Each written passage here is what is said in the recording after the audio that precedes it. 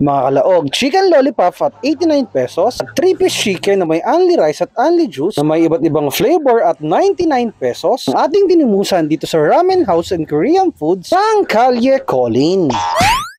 Naglaog na naman tayo dito guys sa Kalye Colin upang matikman ang masarap na chicken lollipop ng Ramen House Korean Foods. Na bukod sa kanilang masarap na ramen ay nagdagdag pa sila ng iba pang menu. Tulad guys sa kanilang 99 3-pieces chicken na may only rice at only juice, sa kanilang chicken lollipop at 89 pesos tulad nito. Mga kalaog, kaon!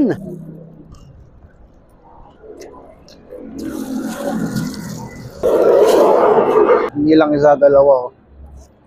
99 yan, boy. Pagdating guys sa chicken lollipop na sinerve po sa atin, kita nyo naman po na naglalakihan ang mga ito dahil malaking mga drumstick ang ginagamit nila dito. At ang dalawang ito guys ay sobra-sobra pa sa akin. Lollipop na lollipop. At dahil nabitin po tayo mga kalaog sa kanin, ay umorder pa tayo ng isa. At dito po, 10 pesos lang guys ang extra rice. At sana guys, pagbalik ko dito, ay meron silang bagong flavor. Tulad ng paborito kong buffalo. Malaki yan guys, sulit na sulit to. Ayos to.